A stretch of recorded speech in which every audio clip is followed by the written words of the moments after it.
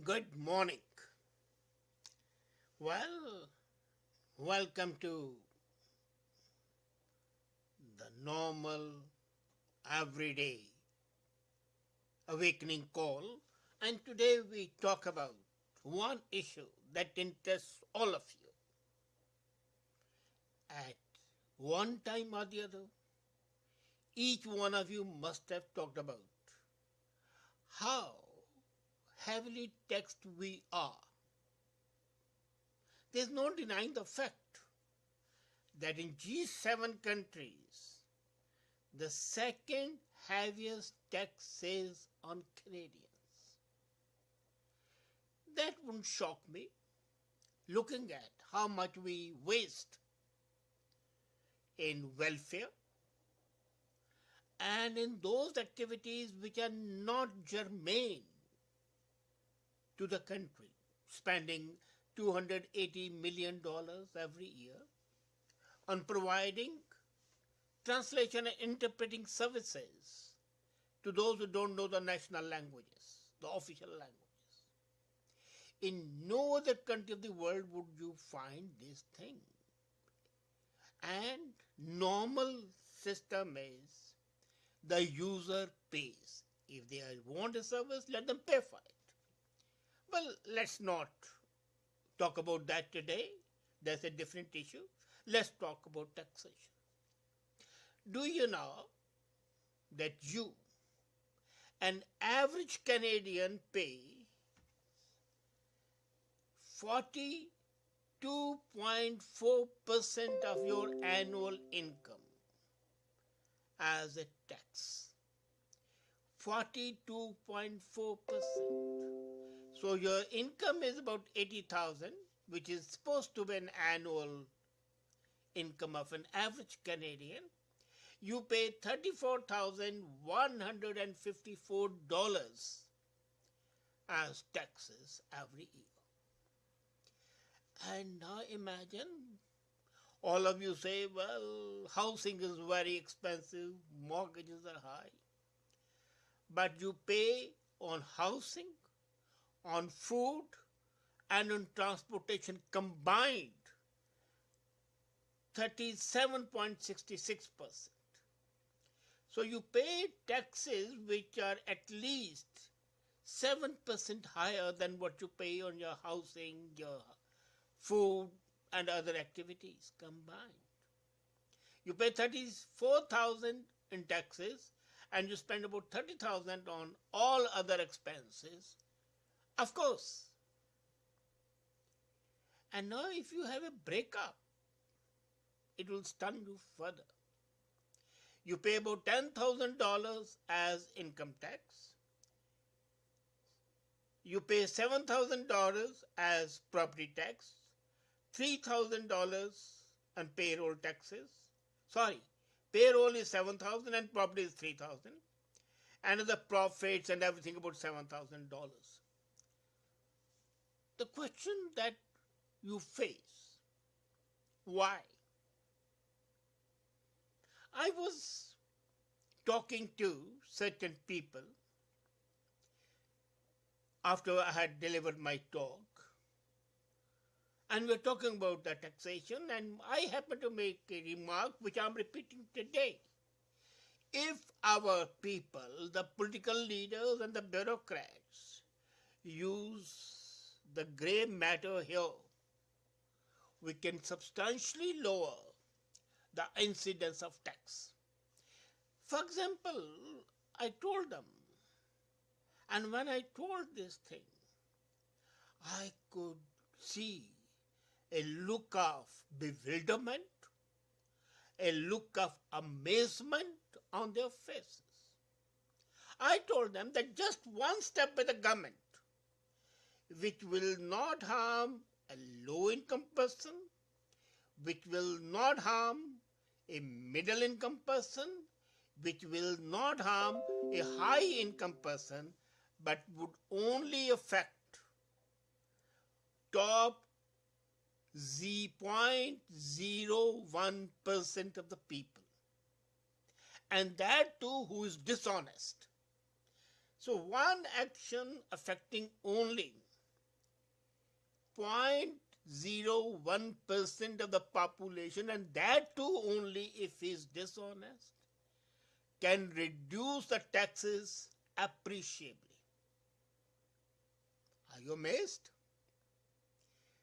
I'm sure when I tell you something, you would be as shocked as that group of CEOs and economists was. And Mr. Mayers, the chief economist of Canadian Chamber of Commerce, said, "Wow, we never thought of it." Well, you have got to be honest if you want to do it. You don't have to be on the payroll of the dirty people who want to save money. Well, they're not dirty. Basically, they're making use of a loophole. And you don't want to plug that loophole because ultimately you are going to be beneficiaries by their funding. Now, what's that? Do you know that if you take one action and stop and amend the Income Tax Act, which permits the high corporate persons to have recourse to tax havens, Barbados, Isle of Man, Channel Islands, Livingston, places, Holland, Switzerland, names are a million.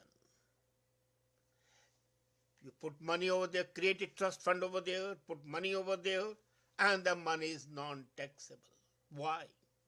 You have earned here, but simply because you are putting over there for some tax trust created for your future generations to come. You are saving that money, not paying any tax. Just removal of that simple loophole and not permitting the use of tax havens. Well, give them the permission to use trust, but let the trust be here. The only difference is here they'll have to pay 5 to 7% of the trust, where they pay 0%. That's it. And do you know how much the country would save? $8 billion every year. $8 billion. Now tell me, what prohibits the finance minister or the prime minister or the people, the deputy ministers, from taking such an action? On the one side, an average Canadian pays 42.4% of his hard-earned money as a tax. And the super rich, for whom earning money is not an issue, spending is. So they create a trust fund and save billions of dollars. Out of that, 8 billion would be accruing to Canada, the government, the people of Canada, and what you pay as 42.4% can come to 36%. Is that a bad deal? No. And yet, this would not happen. This can happen. You know, actions are taken when there is a will to do it. And second, there is a capacity to do it. Now here the capacity to do is there, but the will to do is not there. Here the spirit is weak. Now naturally flesh would be weak as well. Simple one step can save $8 billion. Now let's imagine the supra rich. I don't call them filthy rich. They have worked hard to earn this money. But imagine 250 CEOs of Canada earn on 1st of January before 12 in the morning what an average Canadian earns in 1 year. Before the lunch break, they have earned what an average Canadian earns. Imagination simply staggers. This lopsided taxation and heavy taxation is peculiar to some countries, and Canada happens to be one of them. We say we are a democracy, and in reality we are an oligarchy. And coming further, the money invested in tax havens is not used for the public good. If that money was in the Canadian bank, that would be used for industrial work as loans. There is lying dormant, is unproductive. So we are losing on both sides. We are losing in taxes and we are losing the material for further production, the capital for the further production. This is the double-edged sword which harms both ways. It cuts the taxes, it reduces the production, it takes away the fuel that would enhance the production. Why? Why should such inanity happen? And not only the proportionality, when we talk of the percentage, it can be sometimes misleading. See, you earn $80,200 odd in a year, and you pay $34,000 in taxes, and then you pay $30,000 in food. Naturally, where's the saving?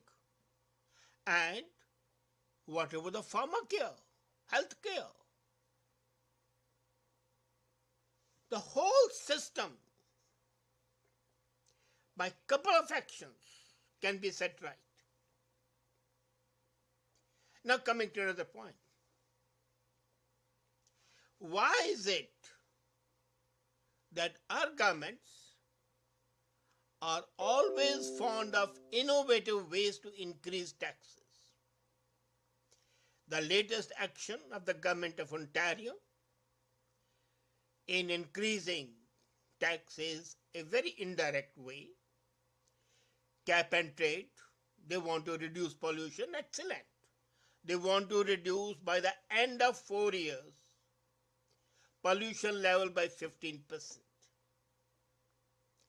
And do you know what's going to be the effect of that? For example, energy efficient industries would suffer.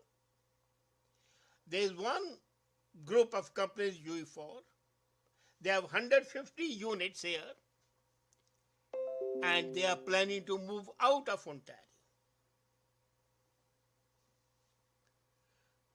Their cost with this cap and trade, this environment tax, or what popularly called carbon tax, would increase so much that their operations would no longer be profitable. Who would suffer? If 150 operating units close down or move to those provinces where there is no carbon tax, it's the Ontarians who are employed there would suffer. And when they suffer, the effect will be twofold. They'll go back on the social security, increasing that, and the government would have to spend more on providing them social security, and they will pay less tax. So, on the one side, you are charging more tax in carbon tax, but you are getting less tax otherwise. But you are spending more. So the spiraling effect is multidimensional. It reduces employment, it reduces income, it generates less income, and it generates more expenditure. What's happening to our leadership? What's happening to our economists? Why are they not able to take a comprehensive view and then take a decision rather than take piecemeal decisions to satisfy the desires and urges or to impress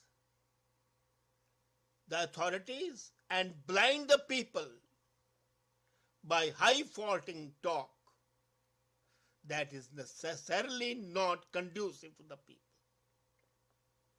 This is a time when the government, the political leaders and the bureaucracy, the social scientists and the economists have to think of an innovative way to ensure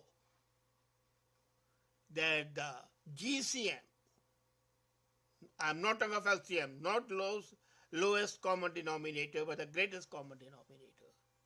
So that principle is upheld, that our all policies are geared to the welfare of the people rather than to cater to the instinctive self-glorification of the politicians and adopt the policies, economic policies, that are injurious to the government.